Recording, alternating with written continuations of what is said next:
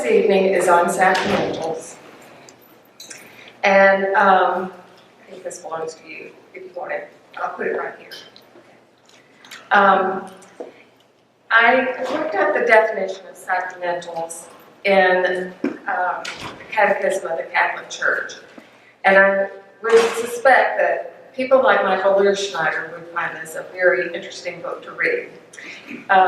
But for the rest of us, this is our faith, is just perfectly fine. This is what the This is Our Faith is taken from, and that is the Catholic Catechism. It's a deep reading, trust me, but it's good to have in every house.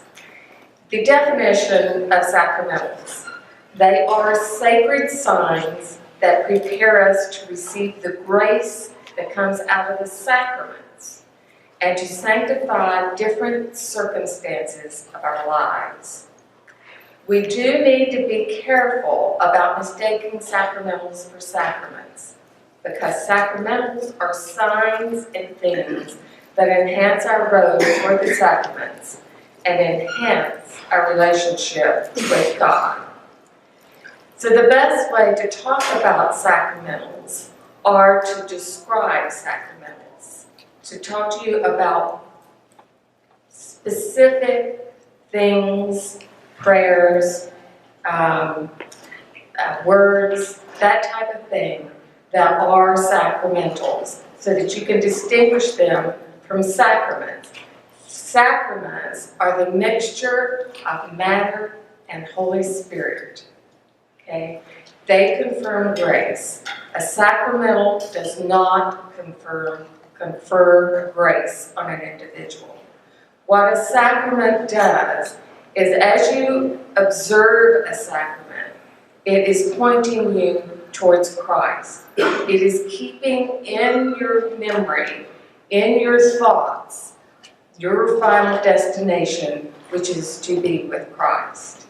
So, sacramentals are used in the sacraments to enhance the sacraments, and I'll come back to that in just a few minutes, but is not a sacrament itself. So let's talk about some of the things that we might consider sacramentals. I'm going to talk about things that you probably have in your house that you don't even think is a sacramental, but could very well be a sacramental, okay? When I converted to Catholicism, I have a Baptist family, and I'm the only person in the entire family that is Catholic. So some of you in this room are in that same situation. You do need to be sensitive to the fact that they have heard a lot of things about Catholicism, that you're not going to be able to argue with them, you're not going to be able to talk to them. In some ways, they are not going to be able to be on the same journey that you're on. So the sacramentals that I chose early on were things that were sacramentals to the Catholic Church, as well as items that you would find in a Protestant home. And I'll show you some.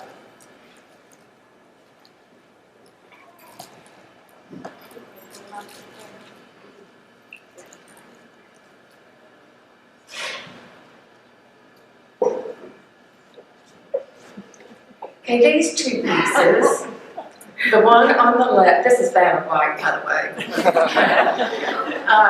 The piece on the left is the Good Shepherd. I chose the Good Shepherd because he is, when I look at him, I think about Jesus.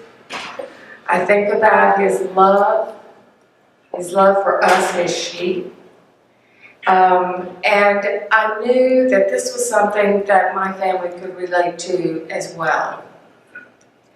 The piece itself, and it's from a collection from Beam Porcelain. Beam is a Jewish family, interestingly enough. And they are very well known for their animals, they're florals, those types of things, but they also have a collection of religious pieces. And this is from their collection. The other piece I have is Moses holding the Ten Commandments. So when I look at this piece, I think of the Ten Commandments. And I think about Moses. And I think about the Old Testament. The other piece I have that I didn't bring is a bust of Mary that is out of this collection.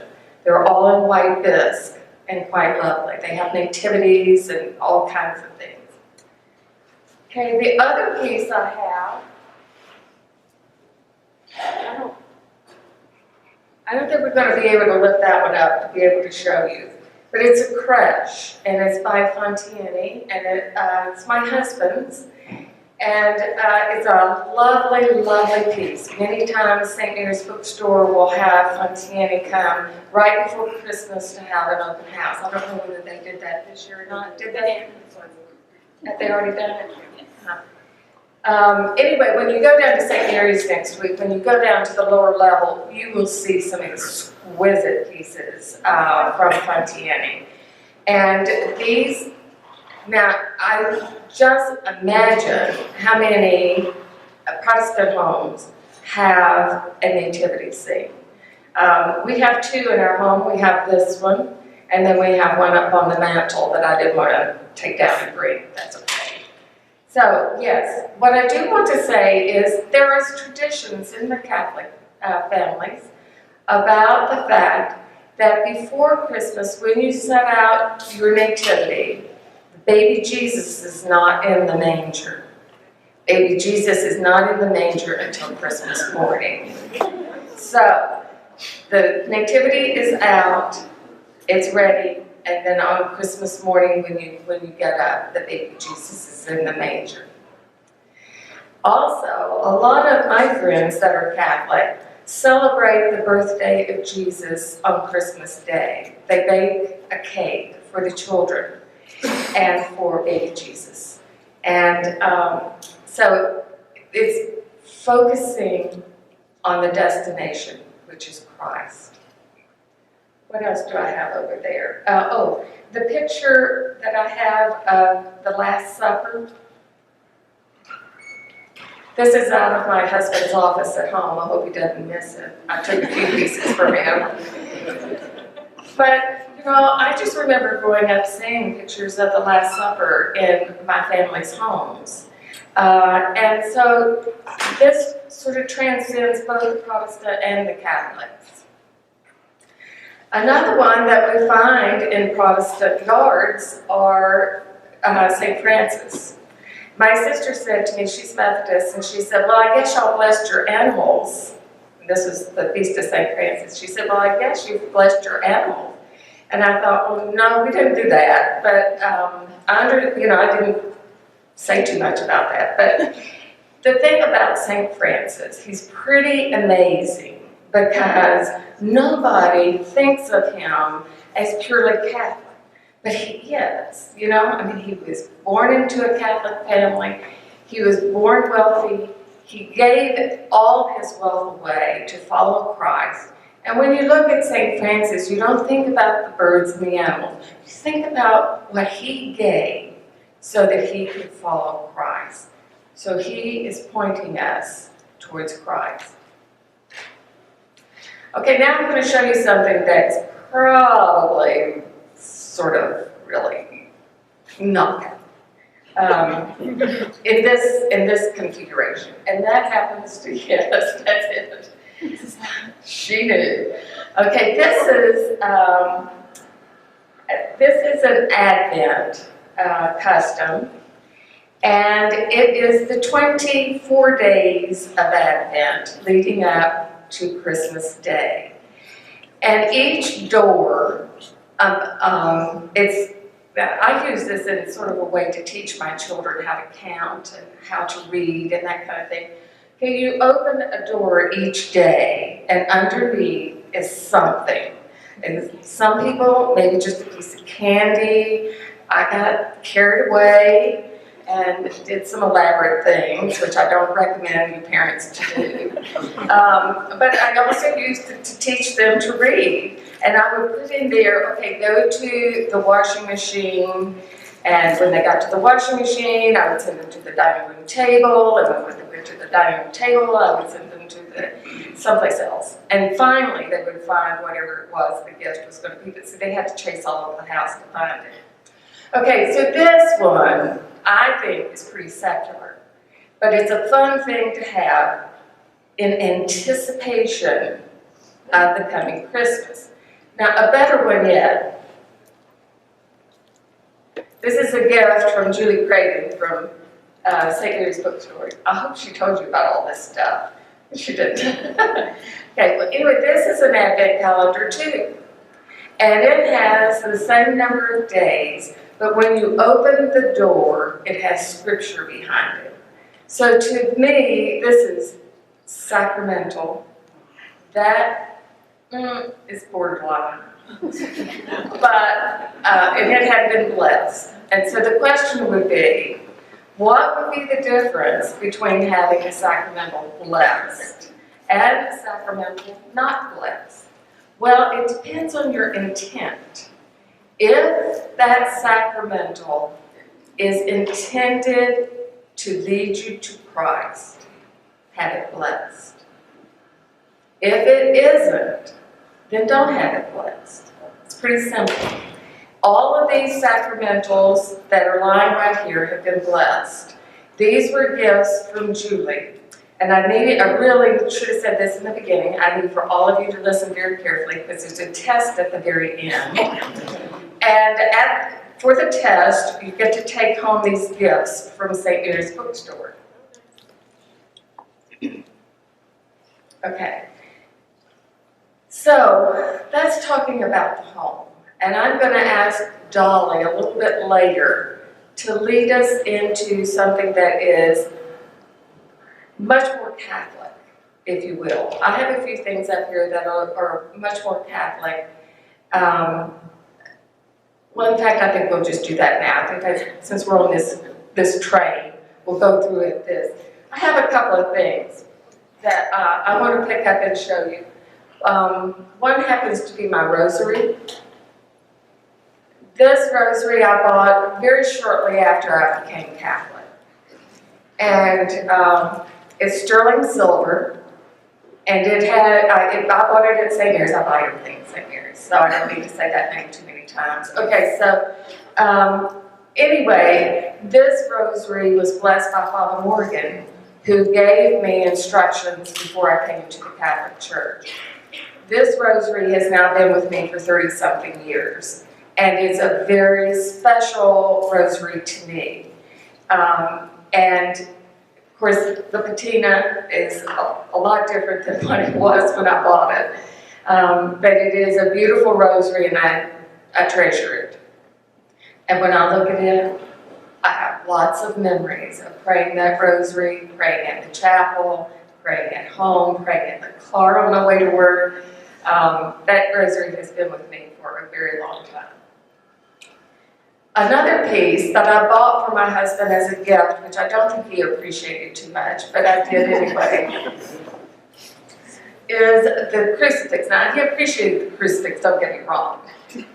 But if you open up this crucifix, this is sort of like an old-timey crucifix. On the inside is a little bottle for holy water. And what was done years ago is people really stayed in their homes, and they became sick in their homes, they were cared for in their homes, they passed in their homes, and the priest would come into the home and see them in their sickness. And behind this, of course, is the candle, the holy water, and the prayers. And the priest would come, they would take this off of the wall, and it would be there in order to anoint or pray for the sick. Now, My husband, I don't know that he appreciated this, but I thought it was really a wonderful gift. So, so I do. It's a sacramental, and we have several of the crucifixes in our house. The most important sacramental of all is the crucifix, and the crucifix reminds us when we look at it of Christ dying for us. And so it is the most important sacramental of all. Dolly, would you like to talk about yours? I asked Dolly to bring some. Since she's cradle Catholic, so she has things that even came from her parents. Okay. Yes, mine are definitely more simple. Come over here. Than Janet's. I'm gonna go with the oldest one first. Janet has this exact statue in our office. But this one was passed. I ran back in the house tonight to grab this because this was my grandmother's. So this goes on for years, and that's the part about being in the Catholic, when you grow up cradle Catholic. Now my dad was not. He was the only one from his family. He was a Methodist, and he became a Catholic, but on my mother's side. But she is very worn. My grandmother, I'm sure, said many, many rosaries in front of her and definitely led her to Jesus. But she's been around a while. Yeah. My next oldest is of the Sacred Heart. My grandmother and my mother had a special devotion, call it, to the Sacred Heart. And this was in my house, my family's house when I was growing up. And under it we had our family signed it, and we were dedicated, and our house was blessed. A lot of times in the Catholic Church, in the Catholic faith, we have a priest come over, or a deacon, to the house, and you have for dinner, and then they bless your house. And at that time, it's with the Sacred Heart of Jesus and the Blessed Mother. And so this was always in our house. And then when Mike and I had our house, and my mother gave this to me, and to show how it leads to Jesus, I went on a retreat with Father Joe McMahon out at Mercy Sisters Retreat House. And we would walk the way, and the Sacred Heart, I liked it. I thought it was beautiful. My mother always made sure she had a beautiful, had it framed professionally and it looked beautiful. But they have a big statue on the grounds there. And as I was walking down one day, it was a great day, I was lying down in front of the statue, and I felt like I was in the heart of Jesus, and that he was taking care of me. And I thought, all of these years, it's like it brought all of my life together there, and that's why I love it. Oh, okay. It's just, he's pointing to his heart. Jesus is pointing to his heart, and there's one of Mary like that, and it's showing that their love, come to me, it's almost come to me as you who need rest, and he's pure love. And there's another one of Jesus with his heart spraying out with water and blood, and that's the Divine Mercy Jesus, and it's just his love. I'm sorry. This is interesting. The kids in school, even in kindergarten, they noticed, I had forgotten, the crown of thorns is there because around his heart, that he loves us so much that he died for us. And there's a certain point you see different children, especially in their families, if it's brought up, they start drawing a heart. The next thing you know, the heart, and then they'll have like little drips of blood. But it's just, that's all.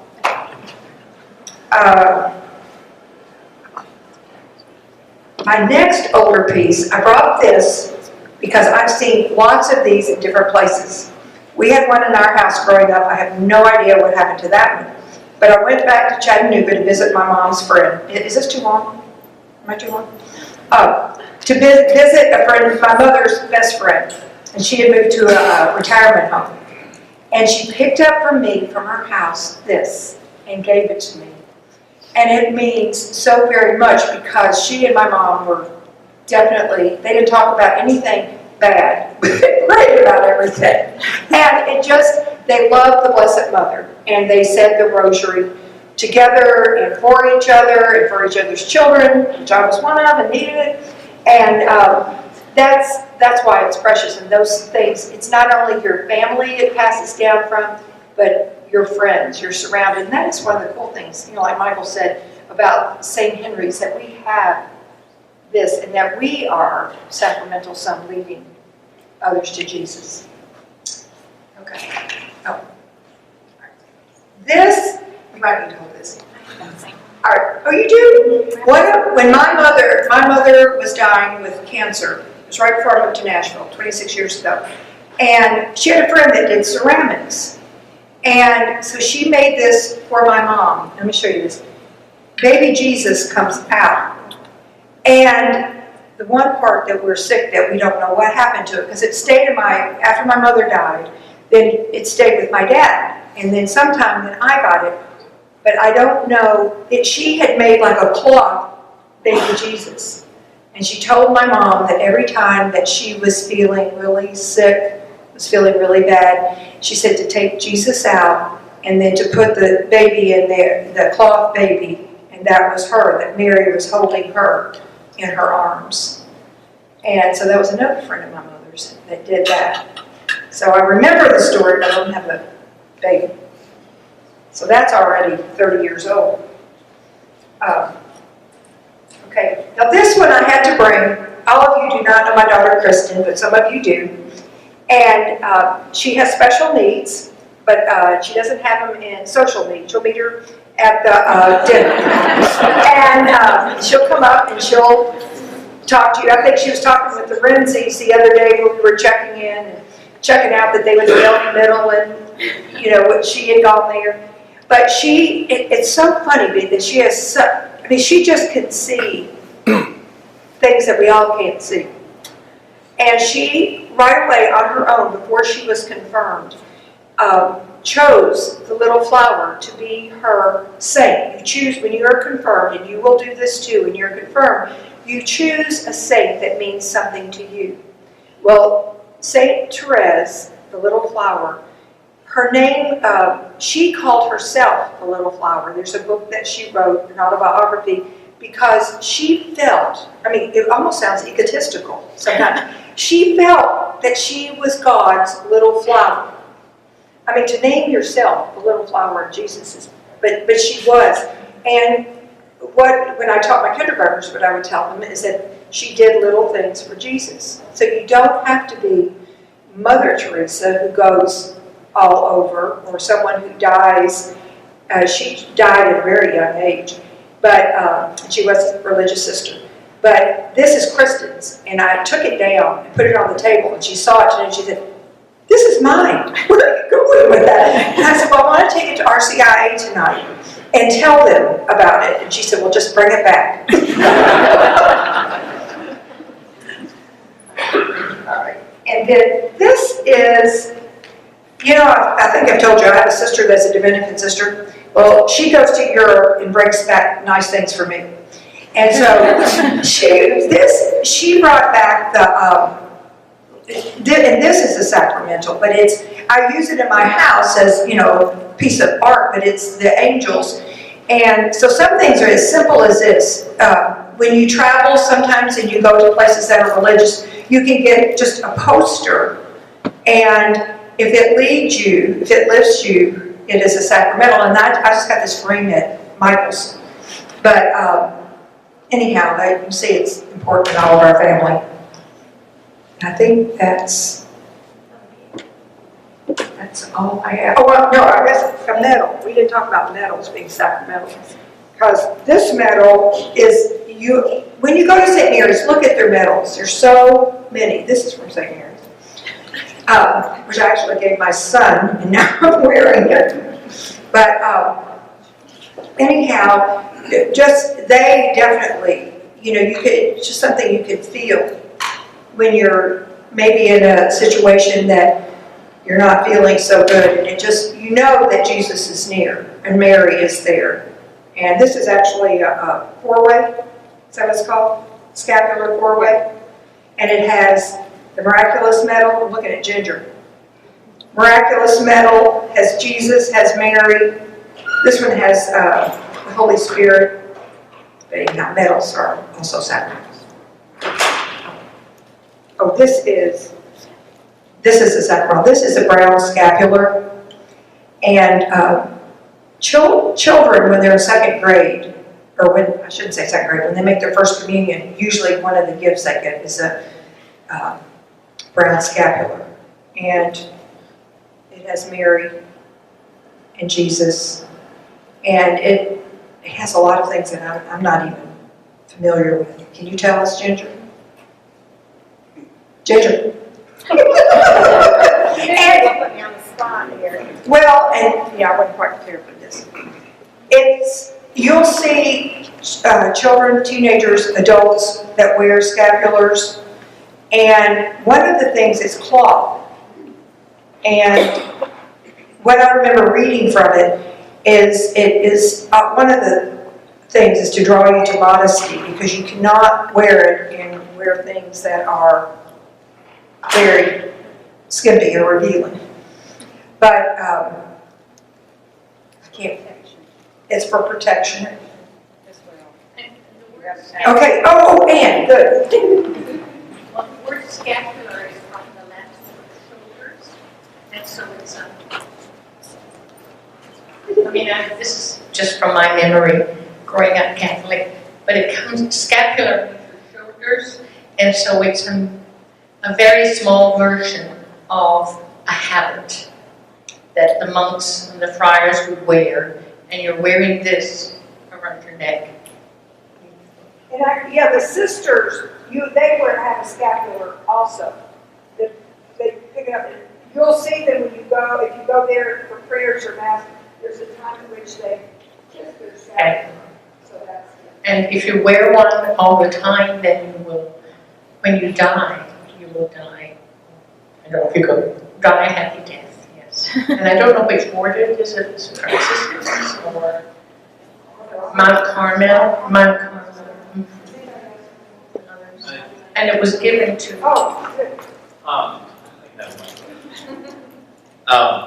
From what I remember from my second and third grade class when we got ours, there was a saint who had a vision of Mary, and Mary told him that if he wore the scapular and said 3 prayers, I think it was like 2 Hail Marys, Our Father, and then the scapular prayer, and did that every day, then Mary would watch over and protect him. And I think it is the Carmelites that have more to do with the scapular, so that's all I really remember. I don't, actually. I wish I did. Thank you. I want to see if it says, this just says Our Lady of Mount Carmel. Yeah. It doesn't have that. Thank you.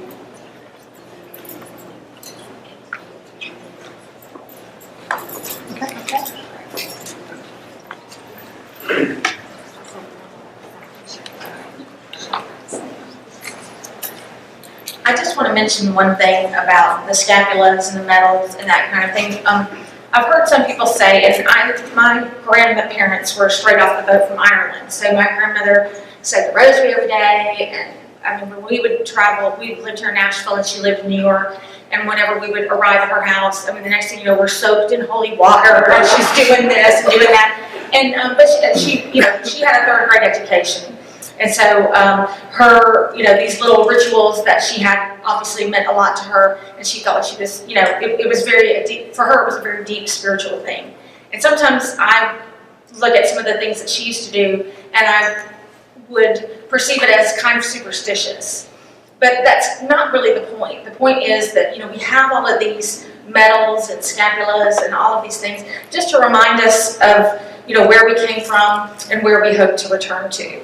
And so, sometimes I'm afraid, a lot of it comes across as very, odd or very, unusual. And it's just a matter of reminding us, of Christ every day. If you're wearing a scapula, all day long, every day. My son, who got one in 4th grade, he wore it every day. And he would take it off and go to the pool, and he was always very careful with it. And he was always very, modest, trying to make sure that a lot of people didn't see it. Because for him, it was a very personal thing, and I've got to get him one because it sort of literally disintegrated. But it's a constant reminder of Christ in our life. And so I think that's why we say prayers before we eat. That's why we say, we used to have a little holy water font at our house when I was a kid, and you would come to church and you fill up one of the vials, and you can take it home and put it in your. But it's just sort of hopefully a more continuous contact with between ourselves and Christ. So I just felt compelled to say that. So thanks. Does anyone remember when Caesar rolling? I remember the word sacrament comes from the Latin. It means a small holy thing. And so that's what it is. They are holy things that point us to Jesus on our journey of faith. And when you said that, sacrament. Okay, good, thank you. This, and that we were showing you right here are the everyday things. These are the things that you would find typically in a home or on a person. Let's think also now in terms of the church itself. If we are coming into the church, I don't know how you feel, but sometimes I feel like there's a lot of prayers around me when I walk into that church. If you come into the narthex and you have the windows on either side, the virtues and the vices, those are sacramentals. You walk into the church and here is the holy water that we dip our finger in and make the sign of the cross. To remind ourselves of our baptism, the water is a sacramental. The sign of the cross is a sacramental. We're saying we're one, we are in the name of the Father, Son, and the Holy Spirit. Our destination is Christ and the Holy Trinity. We genuflect as we come to our pew. We genuflect facing the altar in the tabernacle. And in this simple act, which is a sacramental, we're in our hearts saying, we love you, Lord. We're glad you're here. We honor you by genuflecting. In any Catholic church, some Catholic churches, some of the older ones are far more ornate than St. Henry. But the statues that we have inside the main sanctuary, we have St. Francis, we have St. Joseph, and we have the niche for Mary. When we think of St. Francis on the right-hand side, we think of just the same that we thought of as we looked at the statue in our yard. Here is a humble man who gave all he had to follow Christ. The candles that are behind these statues, someone comes in to pray, they light a candle to keep their prayers alive. I used to go in on Friday afternoon as a volunteer and replace the candles that had burned out. Those candles will burn for about a week. But now as I sit in the pew and I look at those candles, I think of all the prayers that have been said in that church during the week. The statue of St. Joseph reminds us of him as a carpenter, as a stepdad, someone who helped Jesus when he was a child. He was a good father, he was a good husband, and he passed from the life, I think, quite young. Well, he wasn't quite young, but when Jesus was quite young. And then we move over to Mary. Now, I've been Catholic, I know you all know this now, but for 30-something years. And my brother-in-law said to me the other day, do you worship Mary? And I thought, well, for heaven's sakes, you've known me for so long. And the answer is no, we don't worship Mary. We honor her. It's the same as if when I walk by a picture of my parents who are now deceased, and I think of all the things they gave me when I was growing up, and now I can't see them anymore. I can't talk to them anymore. But I do sometimes talk to them when I walk by. Probably somebody would think I was crazy talking to them. But sometimes I'll say, gosh, I really miss you, you know? And how many times did I want to say that to you now that I didn't say to you when you were alive? And so that's the way we are with Mary. You know, Mary is our role model. She was the one who said, fiat, do unto me. Okay? She was the one that said, yes, I will bear your child. And she never questioned it. Throughout her life, she never questioned it. And throughout her life, she had lots of pain associated with it, but she also had a lot of joy associated with it. And so when we honor her in special ways, but we honor our parents in special ways too. So, but we don't worship Mary. We might ask her, you know, Mary, would you mind praying for me? Would you mind asking your son? It would be the same way as asking my mother to say something to my father for me, you know? And so the statue of Mary is a sacramental, and she is pointing us to Christ. Okay? My girls, when they were in preschool, it's more like a play school than a preschool. They were at the temple, and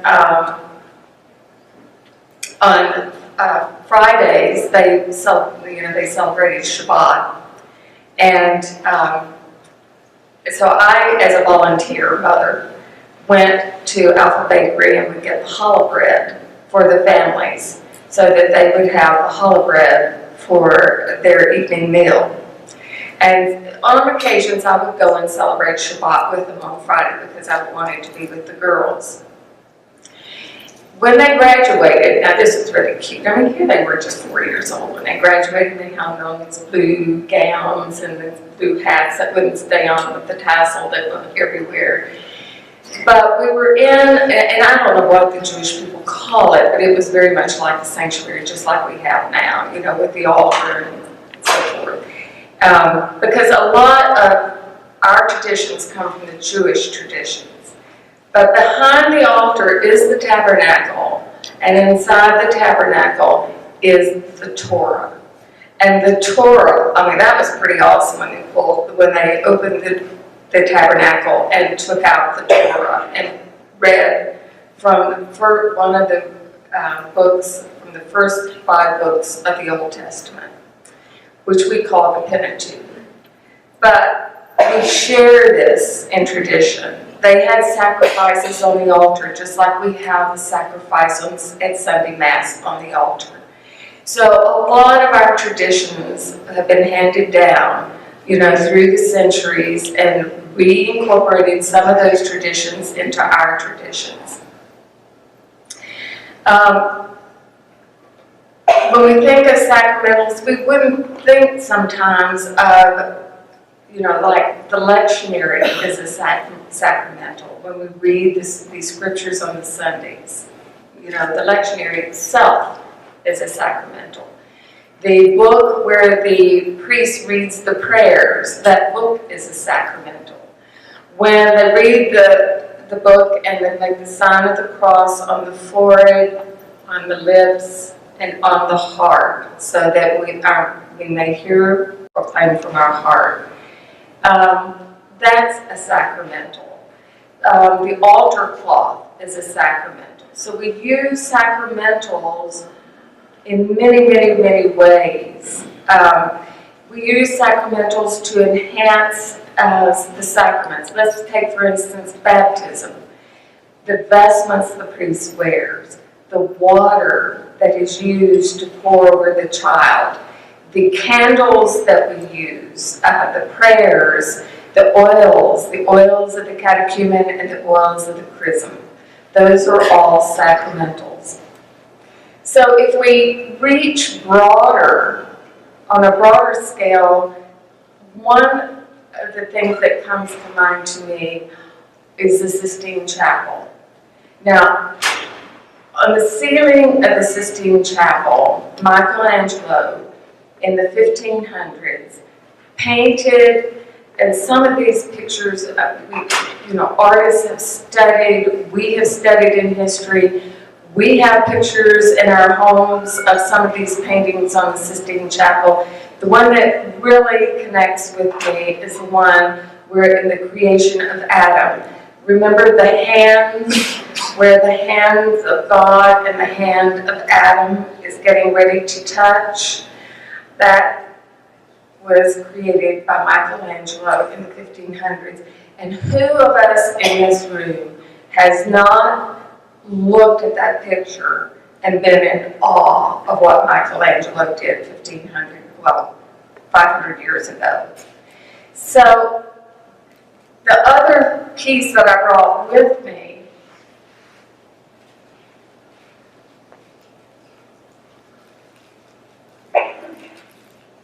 is the Pieta. And this, of course, is too small for you to see back there, but this is Mary holding the crucified Jesus.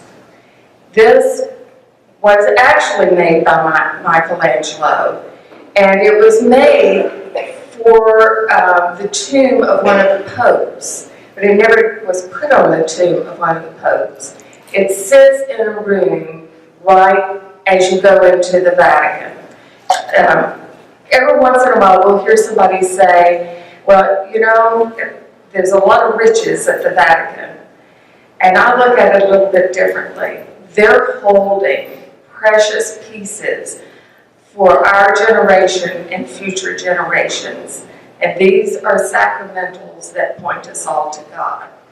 If they were not in the Vatican, where would they be? In a museum, perhaps, but would they last? Would they be around for centuries to come? So, when we see, let's say, for instance, at a football game, and somebody, one of the players makes the sign of the cross, you have to ask yourself,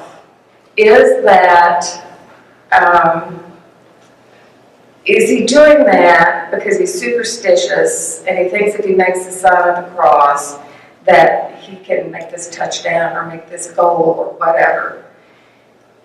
We won't never know. We can hope that this person is doing it because they are Catholic and they're saying thank you to God. God, I praise you, and whatever happens, happens. But we don't know. When somebody is wearing a piece of jewelry, it could be very pretty, it could be very nice. Are they wearing it for decoration, or are they wearing it because it's something that points them towards God? If you have something blessed, just in your mind, ask yourself, is this something that when I look at or I use or wear or put in my home, is this something that when I look at it, it will remind me of my final destination, which is with Christ? If it does, it is a true sacramental. If it doesn't, it is not a true sacramental. So, now we're down to the test. Okay. Now, I hope I covered everything. If I didn't, I am sorry. Let me show you what you can get if you answer correctly. An Advent calendar. We have 3 crucifixes, a container for holy water. This is an Advent wreath, and I'm not going to open it up, but it is.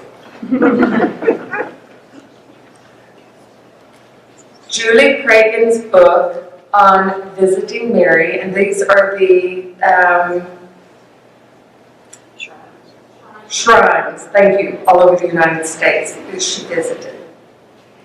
She is also just now completing a book on sacramentals, but it's not published yet. A nativity scene, a crucifix, which is a necklace to wear, a container for holy water,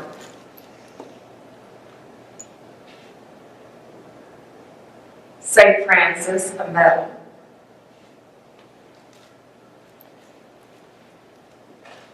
and I have a couple of books up here, small books, just sort of like prayer books.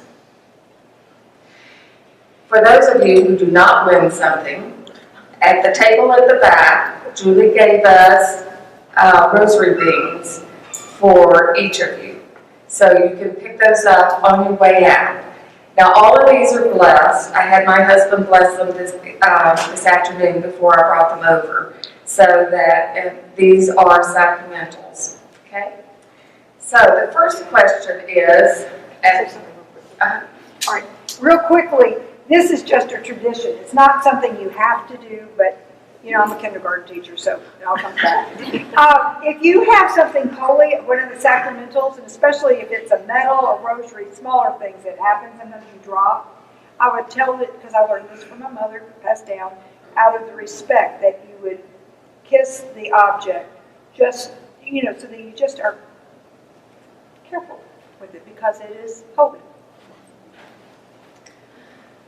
okay, the first question is, what is the purpose of a sacramental? Yes, Rakani. To point in the direction of and to keep the mind on Christ. Great. You may come and select your.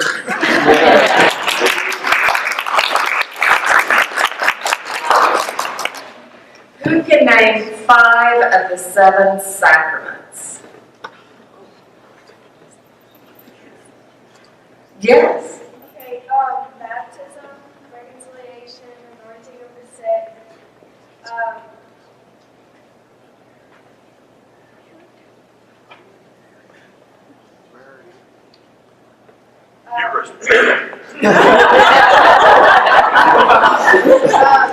marriage,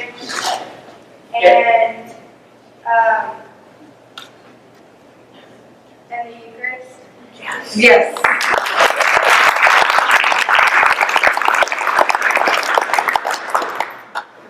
You can select whichever one. Are sacramentals used to enhance the sacraments? Yes. Yes. Good. You make them. What is the most important sacramental? Yes. Crucifix. Great. Why do we choose to have a sacramental blessed?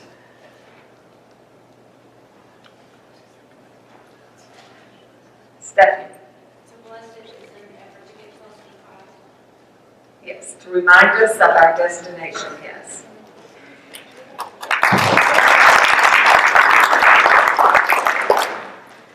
Okay, name some sacramental or religious articles in your home or your yard. Okay, I think it's a, yes. Does anybody have anything else? A sacramental or religious article in your home? Yes, Andrew? We've got a statue of St. Francis. Wonderful. Would you like to come select it? Anyone else? the rosary. The rosary. I can't hear you. Rosary. A rosary, absolutely. Come and select it. Name some sacramental or religious articles in St. Henry Church. Anyone from this side of the room? Okay.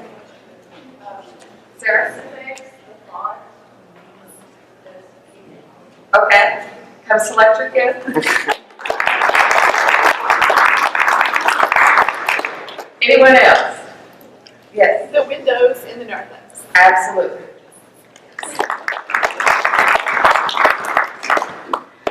Names of sacramental or religious article known worldwide. Anyone? Jason. Oh, no. Yes, you, in front of Jason. Yes, Yes. yes.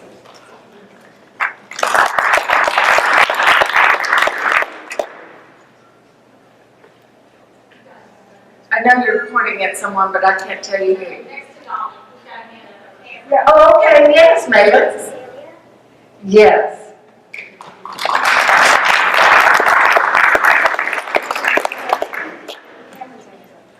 Cameron. St. Francis the statue. Yes.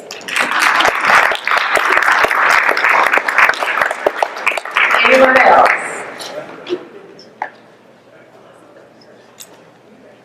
Okay, I can't see who you're pointing to. Over here. Here, Liv. Oh, over here. Just a crucifix. Yes, absolutely.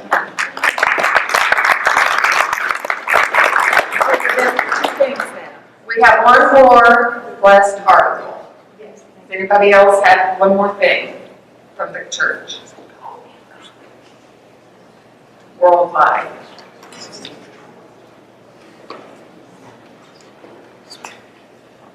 Would someone like a pocket rosary? This is going to Sarah.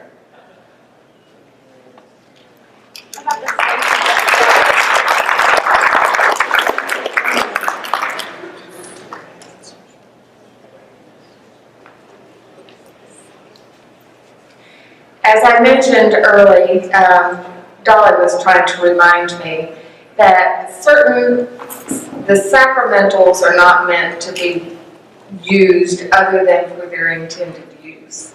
Let's say, for instance, if we have a rosary, we don't wear it as a necklace or as a piece of jewelry. It is not intended for that, so we don't do that. So just ask yourself, if you have a sacramental in your home, how is it being used? Is it being used the way it's intended to be used? Don't forget, there are the rosary readings as you leave tonight. Now, what I would like, since we have 15 minutes, is we will just sit at our tables and talk among ourselves the question that would have been on your syllabus for this evening.